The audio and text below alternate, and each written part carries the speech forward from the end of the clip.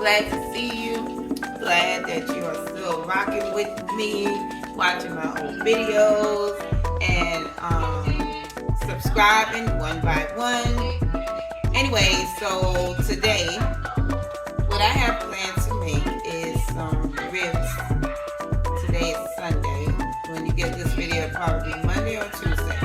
But either way it goes, hope that you're having a very blessed day, and hope that you enjoy your family. Hope that you appreciate enjoying your family day by day, and appreciate the sunshine and the rain as all that God has blessed us with. Anyway, I'm having a rib dinner tonight, so just stay tuned to what I got to show you. Yes, I do have on my heavy coat. It's a little chilly, but I'm about to take it off anyway because I'm about to get rolling in this kitchen. So you all hang in there with me. Hope that you like, share, and subscribe. Stick it in with your girl. It's been a rough and rocky road, but hey, we in there. We are together. We back in session, y'all. All right, talk to you soon, and I'm out.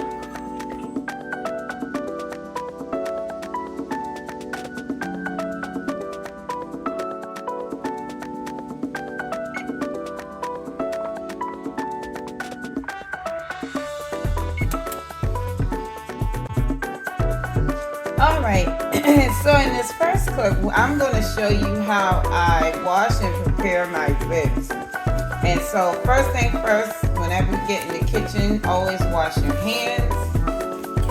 So you don't want that in the kitchen, but that is the mandatory, washing hands. Alright, you guys, so welcome back, like I said, to Sweet Sue's Kitchen. Thank you all for subscribing, liking, and sharing my content with you guys. I hope that is adding value to your life. Once again, thank you for all my new subscribers, and thank you for my existing subscribers, my family members. Looking back to the time when I first started, I appreciate you all for just hanging in there and helping my channel to grow. So on that note, let's get started with these nice and delicious tender ribs. These are St. Louis style ribs that you're looking at, and we're getting ready to cut, clean, and prepare them to bake. So tonight's menu, we're making barbecue ribs. We're also going to have some collards, and I may do some diced potatoes, roasted potatoes. I'll show you how I do my roasted potatoes. So you all, thanks for watching. Like, share, and subscribe once again to help my channel to continue to grow. And God bless you all.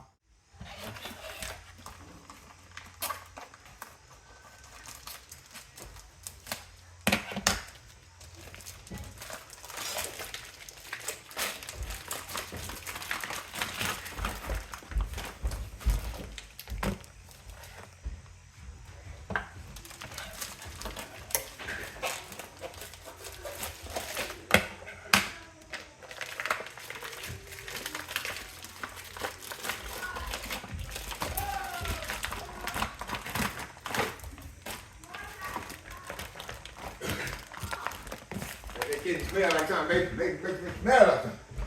See if I have to smell up in here.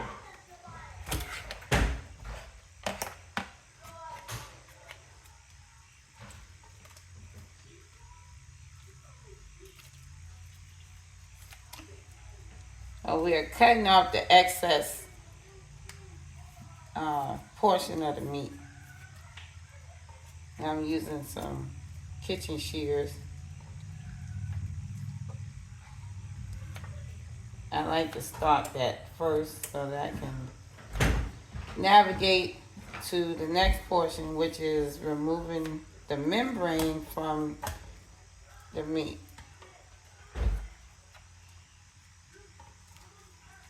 And that causes it to be a little more tender. Now you can remove the excess from here, but you don't have to, because that is extra meat. But I like to try to get as much of the fat off as possible, because the fat renders, you know, the grease and all of that that's in your pan, and, you know, I don't want all that. So I just try to remove as much as I can. You can leave some because that's going to help, like I said, render some of that oil, you know, the fat. But you don't want too much of the fat.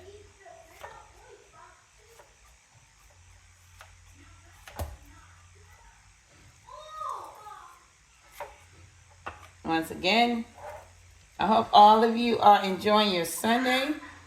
This happened to be a nice, pretty Sunday.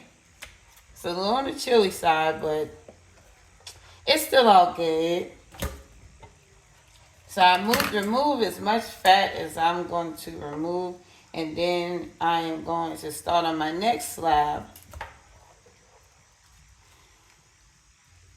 See, this one doesn't have too much fat, so it's not that bad. But I'm still going to try to remove a portion of it because I like to see my actual meat. I'm not a professional butcher or anything, but you know, so the professional butchers out there, you know, don't criticize me. Don't come for me. I'm just a home chef. And I'm and I make it do what it do. And after it's doing, it tastes good, y'all. It tastes good. So anyway, I'm gonna remove as much fat as I can. Flip it on the other side. Clip that. And I'm gonna clip this meat. I hope you guys are seeing because I'm using my phone as a camera and I don't have the professional, you know, equipment that you can take it from the top view and all of that good stuff so you can see in the sync of what I'm doing. So I'm holding it up as I go so you can see what I'm doing. And I'm just trimming this part here. Just so, because I'm used to doing it. I heard that award-winning barbecue experts, you know, they have it nice and flat and trimmed and, you know, cut off all that excess meat, you know, because they're in a competition. Me, I'm no competition but to myself at home. So, I'm just showing you the basics of how you clean your ribs, how you can remove some of that excess that you don't want. You know, you can discard it. So that's what I'm doing. Now, I'm going to get this disposed of. Wait, I'm just going to sit that right there. And I think I'm going to cut off some more of this fat. I don't like the fat. I don't like to bite into the ribs and I'm tasting the fat. And I know it may look like I'm butchering this poor little slab of rib, but I'm not. That's just me trying to get as much of that fat off as I can. So now, I'm going to remove this membrane.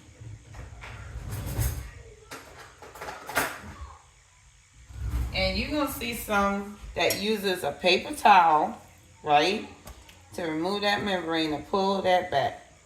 And some won't, like me. Sometimes I use it, sometimes I don't. So I'm going to take this butter knife. You can use any sharp knife. I would say a smaller knife, but that's why I'm using a butter knife. And I'm just going to take this butter knife and wedge under. I always try to get it like right on top of the bone. So I'll just wedge right in there. Not too deep, but like a shallow wedge. You see how I just punctured through the... But that is the membrane. You see that little plastic looking thing? And I just kind of wiggle just like that. And then I pull up like that. And I just begin to... You gotta put your elbow grease into it now. So I'm gonna stop right here so you can see. See that membrane? That's a membrane. And when you remove that, that makes the meat more tender to cook. So it's like that fall off the bone juiciness. And if you leave it on, still the same, but I would require just a little bit more cooking time if you leave the membrane on to get it to the tenderness you desire. Fall off the bone. I'll show you with the paper towel, so I'm going to fold it like so I can get a good grip. And I'm going to take this and I'm going to pull it back. And sometimes you get a clean pull, but sometimes you don't. So this is the membrane. Now I'm going to do it again because I didn't get one clean pull. Sometimes it's like that. And that keeps your hand from slipping when you're trying to get it off. And you may not get all of it off, and that's okay. Because the main part is the exposure of these bones. And once they get into the oven and cooked, and you saw me preheat my oven to 375, and then I'm going to crank that up to about 400. So I get it started with 375, and then I crank it up to 400, and then I let it just marinate with the heat so it can penetrate and give me that fall off the bone, effect. All right, so there you go. Membranes removed. Now I'm going to rinse it or wash it, so to say, in the cold water. No, you did not wash your meat with soap detergent. Don't do that. You can take something that's abrasive like salt. Some would wash their meat with lime, you know. But me, I'm just using cold water, and I'm using my hand as the abrasive. And I'm just going to clean that meat. Now I can take some salt, or I can do like my grandmother, take that vinegar.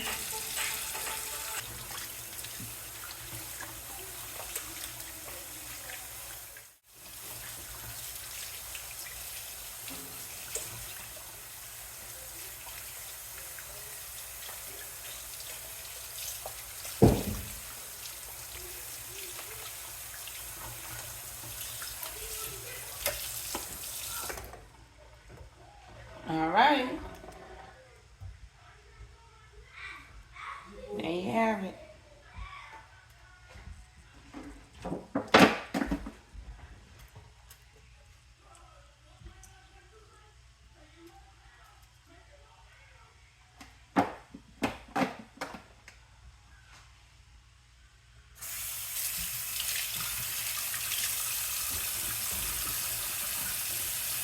All right, so in this next segment, we are going to season the meat now. So now that it's nice and clean and trimmed as much as fat we want to trim off of it. So now we're going to, pat dry it, season it, and get it ready to get put into the oven and let it cook to its tenderness. Like I said, I explained that I started my oven off at 375, and then after about maybe 20-25 minutes, I'm going to crank it up to 400, and we're going to let it ride for at least an hour and a half, and we're going to have some tender pull apart ribs. These are, again, St. Louis style cut ribs. You can use any type ribs, spare ribs. You can use short ribs. You can use, this is the pork. So, if you're not into pork, you can use beef ribs, however, whatever tickles your fancy. And I'm going to show you, I make homemade seasoning. Now, this is my special blend of my rub seasoning. I'm going to show you that I use this and how, it covers the coverage on the ribs. And then you're going to see me use these little bottles because these are my special blend from out of that bottle. And you can use any kind of base that you want. I'm choosing to use some yellow mustard. Any brand mustard, doesn't matter. I'm going to use that, and I'm going to add some smoked paprika to give that enhanced smoky flavor. If you use a store-bought barbecue sauce, if let's say you use mesquite or you use honey barbecue, if you want that extra underlying smokiness flavor, by all means use smoked paprika. Okay? And then, or you can use some liquid smoke, because I have used liquid smoke as well, but you have to use moderately. Like I used a few drops on each of my slab of ribs. When I say a few, could be like 3 or 4 drops of the smoke, because that smokiness, that liquid smoke, oh, it brings the smoke. Oh yeah, it brings the smoke. So okay, let's get started. Now we're gonna pat dry our ribs.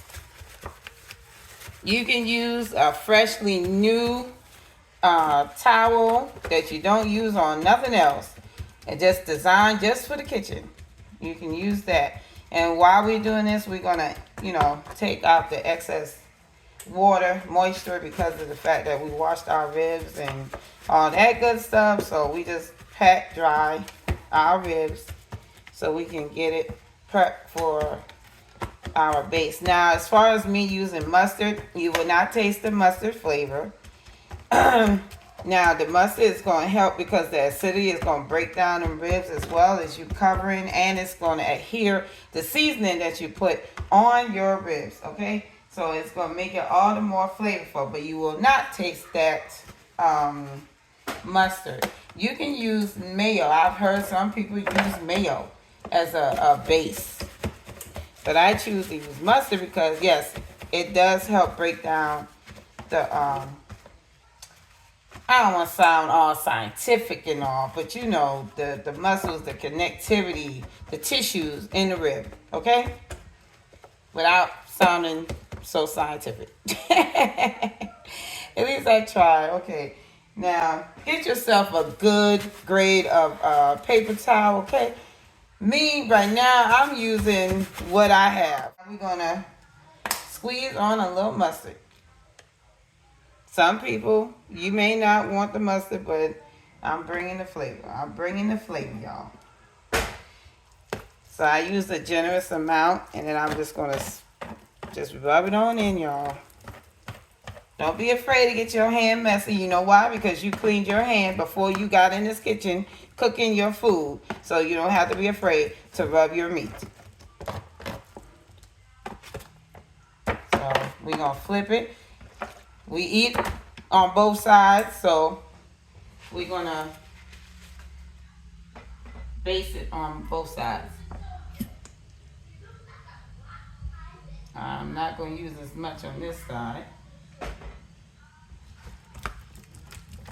No apparent reason, rhyme, or anything like that. It's just me,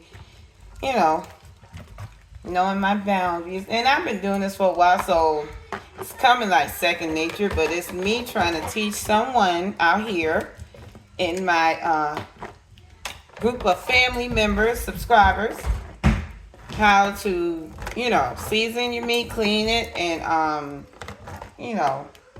have fun in the kitchen. Mom, that is Nazareth. Okay. You hear the water running? That's because I'm washing my hands off from the mustard so I can prepare to touch my bottles of my seasoning. Mama? Now, Mama, can I have it? I'm like chicken. All right, so now here comes the fun part. I'm going to put down my smoke first.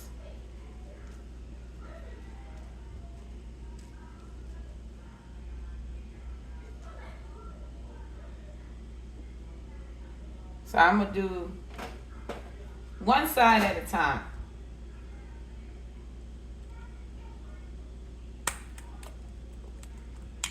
Okay, now here is my rub.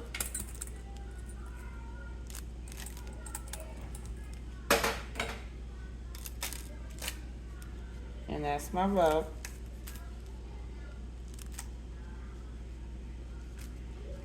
my special blend.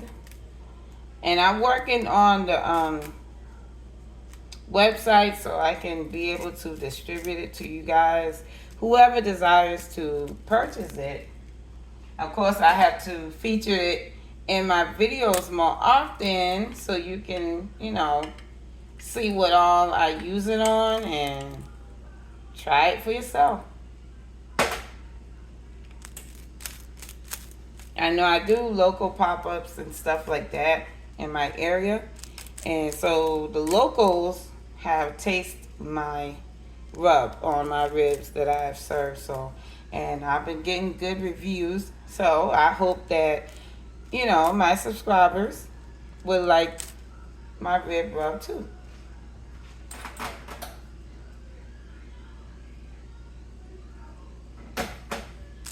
So that's one side. Now we're going to flip it and see how it sticks onto your rib. That's all that flavor. You flip it on that other side and you put that in the oven and watch your kitchen smell like magic. Okay. I'm constantly washing my hands.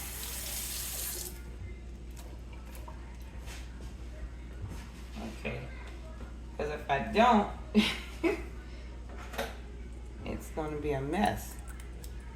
Okay, so we're going to sprinkle the rub. I mean, you can put it on as heavy as you want to. It's just, you know, depending on you. Now, Mama. Wow. And I'm going to add some more, of course, because it's to my liking, how I like it.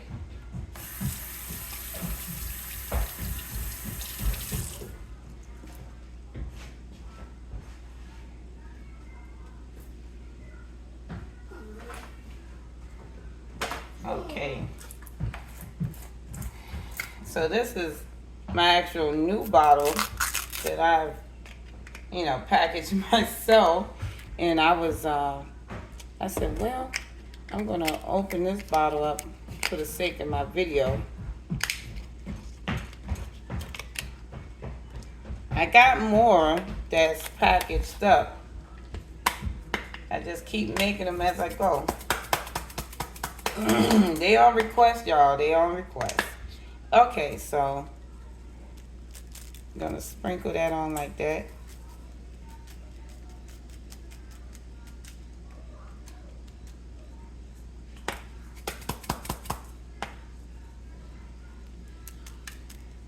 I don't want to use too much.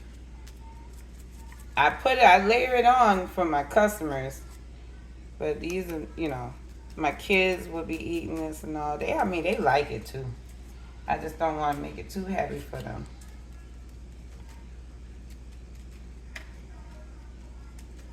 So I think that's good right there. But you can see what I was saying when you base it with the mustard, or even if you use mayonnaise or just, you know, regular olive oil, I guess, you know, you're gonna get a good coating on it. So, okay. Now, that's that for that. Now, at this point, you can add parsley, you can add oregano, you can do it up with some thyme, or whatever you feel like putting on your ribs to make it stand out, because y'all know me already. I am not afraid of flavor, and I want all my family members to not be afraid of flavor either. But by all means, watch your salt content. Do not use too much salt, because I don't want nobody passing out from high blood pressure and all that stuff there. And no, I'm not a medical doctor, but I would like to give word of wisdom whenever I can. So we're going to put this in the oven at 375 for about 20-25 minutes and let it get its cooking, you know, going on. And then after that, we're going to add the barbecue sauce at about 40 minutes. Well, yeah, about 40 minutes in. Because the reason of that, I like to put it on while it's cooking. And I like to, you know, drain the excess oil you know, because of the fat. So it's going to develop some oil in this oven now. So I'm draining that oil off, and I may show you that process too, that I'm draining that oil off, and then I'm going to add the barbecue sauce onto it, and then I'm going to let it ride for the rest of the hour time period to about an hour and a half, depending on my tenderness factor when I enter my fork and it goes all the way through and it's falling off that bone. That's the way I like it. So catch you in about 25 minutes.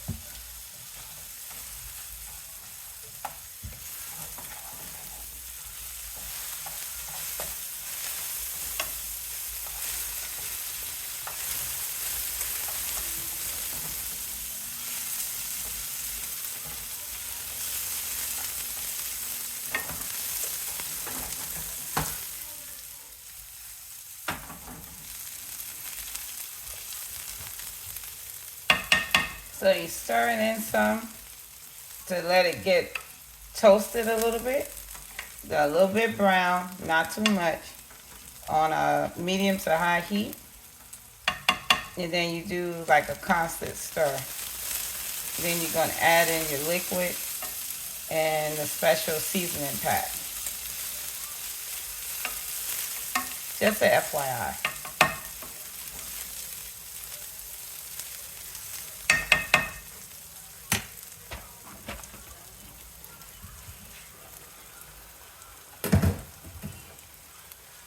Water's boiling for the macaroni, mac and cheese for the kids.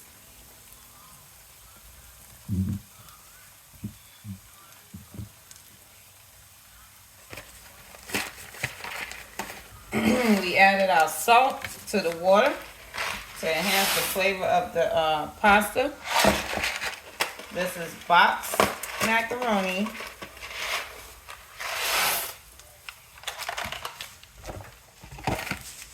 stove top.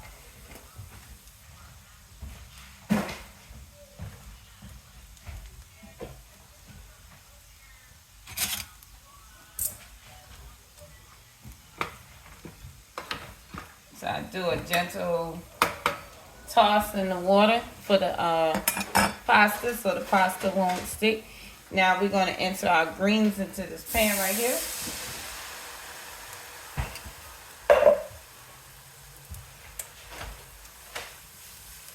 Now, let me tell you, I don't always do canned vegetables, right? So with this canned vegetable, what you can do to enhance the flavor of this canned vegetable, what you want to do, I got some butter slices right here, and I'm going to put in some butter slices to enhance this flavor of this collard greens. Everybody can't make collard greens. And I'm not going to say no name of the company because, again, they're not sponsoring me. So I'm going to just leave them nameless. Okay? Now, this is for my flavor profile for me and my family. So I know what everybody likes. Now, let's just check on this rice here. Because you don't want it to get scorchy and all of that. Just a little brown, that, you know, develop flavor.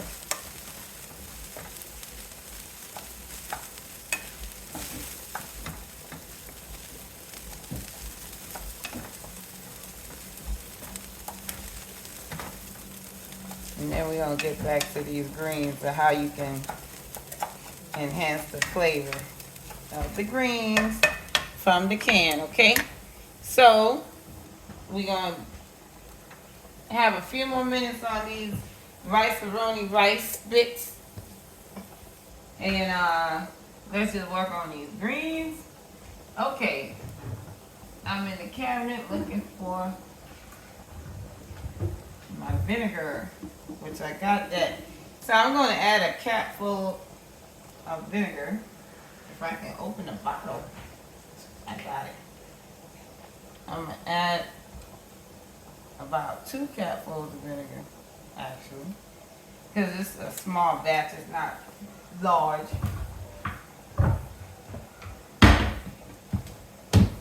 I'm gonna add a pinch of sugar, and a pinch.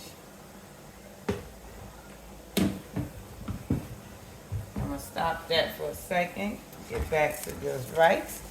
I think this rice is toasted enough, and we're gonna add our liquid and seasoning pack. Just simply follow the instruction on the box.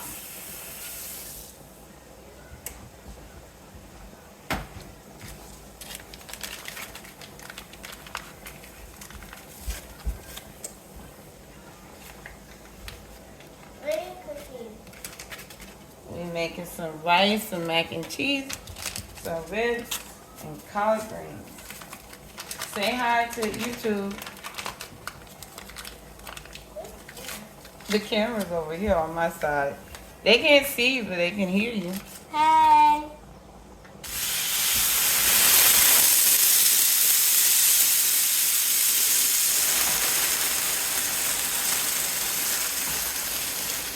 So we know that's nice and bubbly and hot. And my rule of thumb when it comes to rice, I always put like 1 inch over the rice that you got in your pan. So if it's 2 cups of rice, you know, I put 2 cups and a half because I want to, you know, I want the rice to cook all the way through. Now I don't have a, that's just water. I don't have a top to this particular pan, but I'm going to eyeball it and watch it. Now, if you don't have all these seasoning, don't worry about it. But your common seasoning, which is your garlic powder, I'm going to put some garlic powder up in here. I'm gonna put some onion powder.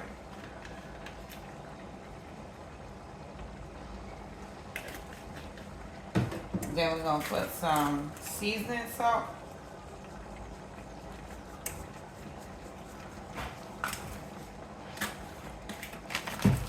And then we're gonna add, I always like a little bit of adobo. I don't do that all the time with my greens, but tonight I feel like putting a little adobo. All right, we rolling. I'm gonna add a couple of sticks of butter inside that rice too. But if you wanna follow through with following your ingredients on the box, if the first time is then, by all means do that. Let me see that. Because you want it to come out right. You want to be the star of your kitchen. But I always add just a little extra. Okay, now I'm going to add some butter into my rice. Hold on, you're going to have to get it after you eat. Okay. All right, so now we're going to give it a nice toss. I'm going to turn this heat down just a little bit on a medium. Put my lid on. Now I'm going to check on my macaroni.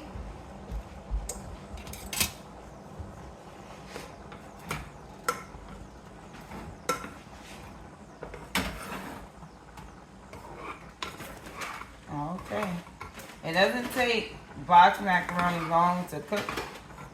You saw the time that I put it in here. It takes like, I would say about 8 minutes or so.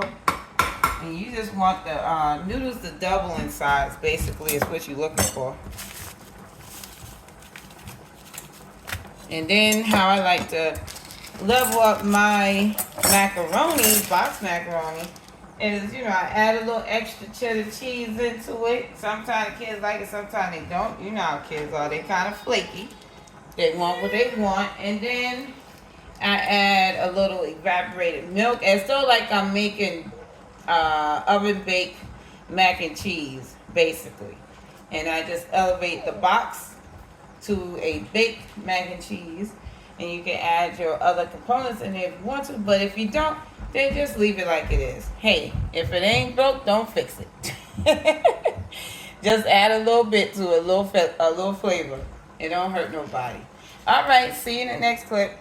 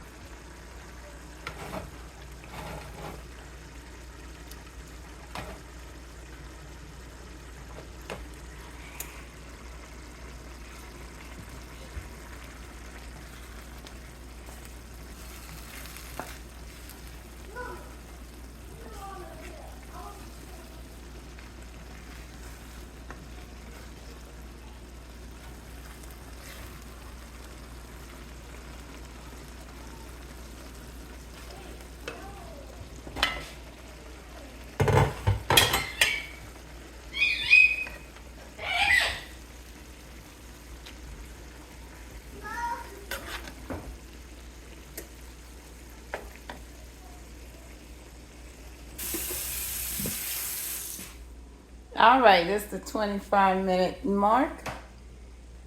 Move it at the 30. See how the bone's starting to expose itself? Because that membrane is off, so it's getting tenderized pretty quick. So I'm about to apply my sauce. and we're gonna crank that heat up. And according to this oven, because it's a new oven, this oven temperature, or what is it, the gauge thermostat. Anywho, everybody oven is different. So according to the temperature and how fast it cooked and everything. So instead of me putting it up to 400, I'm doing it at 425 to accomplish that hour and a half mark. Okay, so let's apply the sauce. Today I'm using an original barbecue sauce, and like I said, I added that smoked paprika so it can give that extra smokiness flavor to it. But if you were using mesquite or honey barbecue or any of that that has that extra smoke to it, it would, you know, take it overboard with the smokiness. But like I said, I'm using an original barbecue sauce, and the smoky smoked paprika had added that extra level of flavor. Alright, so I'm taking my brush to apply it. You can just pour it all over. You don't have to do what I'm doing. But the reason I'm doing it like this is because I'm doing it like step 1, step 2. That means when it cooks some more, then I'm going to apply some more barbecue sauce on it. Now I went on ahead and I pour that extra liquid off of it that I was talking about earlier in the video. So that would, you know, because I want all the flavor of the sauce and the seasoning. I don't care too much for the juice because it's already going to be tender and juicy. So the extra, you can discard it. You don't have to keep it. So now that I've applied the top, and then when it cooks some more, I'm going to put some more on the bottom as well as the top. So make sure you have enough sauce that's going to cover the amount of ribs that you're cooking. Now here's something extra that I always do too.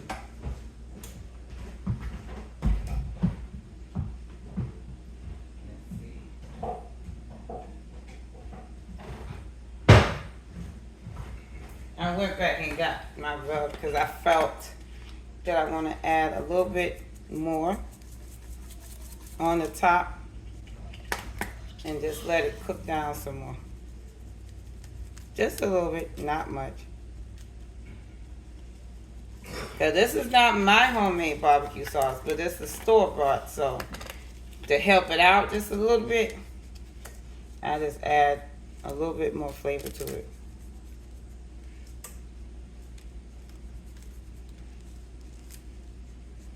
Just a little bit. Now I'm going to stick this back in the oven and let it do what it do. And at the 20 mark, well not 20, but about the hour mark, because I said I'm going to give it an hour and a half, I'm going to add the rest of my sauce to it. So let's take a last look how it looks right now. And then we'll see it back in just a little bit.